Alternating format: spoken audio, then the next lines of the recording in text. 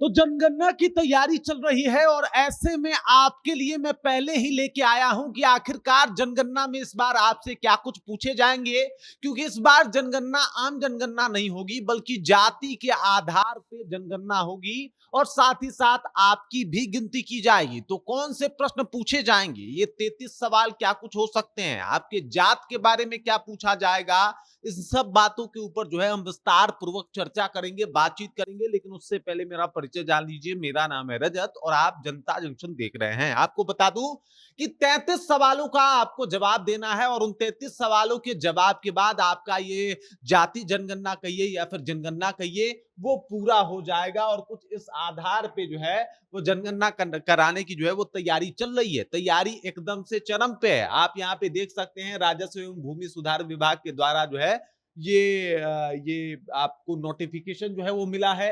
क्या लिखा गया है कि भारत के महारजिस्ट्रार द्वारा दिनांक 23 जनवरी 2026 को सेंसस एक्ट 1948 के धारा 8(1) में प्रदत्त शक्तियों का प्रयोग करते हुए जनगणना 2027 में मकान सूचीकरण के दौरान प्रांगण द्वारा मात्र इन 33 प्रश्नों का आपको जवाब देना है और इसका सही जवाब देना है। और आपको बता दूं एक्ट 1948 की धारा 8 में ये अनिवार्य है कि आपको इसको सही सही बताना है, जानकारी गलत नहीं होनी चाहिए। तो इस बात का बकायदा आपको ध्यान रखना है।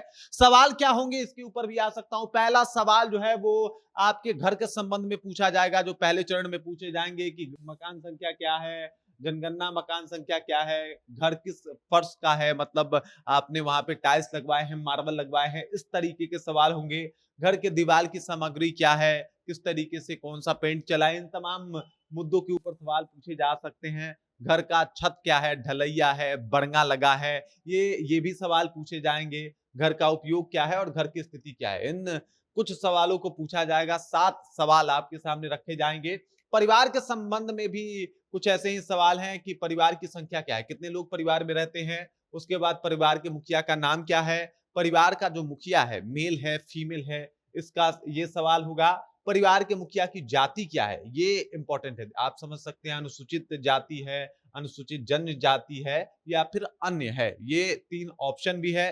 घर स्वयं के नाम पे है, किराए पे, यानी आप जिस घर में रहते हो किराए का घर है या फिर आपका है, ये सवाल होगा। घर में कितने विवाहित परिवार रहते हैं, ये सवाल होगा। घर में कितने कमरे हैं, ये भी सवाल पूछे जाएंगे। उसके बाद जल स्वच्छता एवं ऊर्जा से संबंधित आपको विवरण देने होंगे, जिसमें पेयजल का स्रोत क्या है, चापाकल से पानी पीते हैं, नल से पानी पीते हैं, नल जल से पानी पीते हैं, इसका जवाब।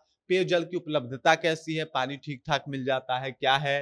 प्रकाश का मुख्य स्रोत क्या है, सोलर चलाते हैं, दिया जलाते हैं, लालटेन जलाते हैं या फिर बिजली आती है, ये सवाल पूछे जाएंगे। उसके बाद शौचालय की सुलभता पूछी जाएगी, घर में शौचालय है कि नहीं ये पूछा जाएगा। और किस प्रकार का शौचालय है, मतलब शौचालय कौन सा वाला है, सूखता है या फिर क्या है, इस तरीके के सवाल होंगे। गंदे पानी का निकास क्या है, मतलब आप जहां पे रहते हैं पानी निकलता है तो कहाँ जाता है, ये सवाल होगा। स्नानागृह यानी आपके घर में रसोई है कि नहीं, स्नानागृह यानी नहाने वाला रूम है कि नहीं, ये सवाल होगा।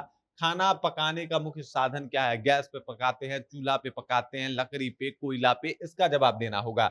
उसके बाद परिवार के खाने का मुख्य अनाज क्या है, जैसे कि गांव में कुछ लोगों के पास 2 ही अनाज होता है जो उसके ऊपर वो डिपेंड होते हैं, जैसे चावल हो गया, गेहूं हो गया। कुछ लोगों के यहाँ चावल ज्यादा होता है तो चावल बेसिक तौर पे वहां ज्यादा बनता है, तो ये सवाल होंगे। उसके बाद घरेलू उपकरणों की उपलब्धता पूछी जाएगी, रेडियो है कि नहीं, टेलीविजन है कि नहीं, इंटरनेट सुविधा है कि नहीं, लैपटॉप या कंप्यूटर है कि नहीं, टेलीफोन, मोबाइल फोन, स्मार्टफोन कितने हैं, उनकी संख्या क्या है, ये पूछा जाएगा। साइकिल, स्कूटर, मोटरसाइकिल, मोपेड, ये पूछा जाएगा आपसे। कार, जीप, वैन, इस टाइप में कौन सा वाहन है आपके पास, ये पूछा जाएगा। मोबाइल नंबर, केवल जनगणना संबंधित सूचना हेतु आपका मोबाइल नंबर लिया जाएगा और इन तमाम प्रश्नों का उत्तर आपको सही सही देना होगा। और जो ही आप अपना सही सही उत्तर देंगे आपका जनगणना पूरा हो जाएगा। देखिए आप अगर इसको इस तरीके से समझना चाहते हैं तो 2011 में आखिरी जनगणना हुआ और उसके बाद से लेके अब तक इस बात का इंतजार है कि भाई अगला जनगणना कब होगा।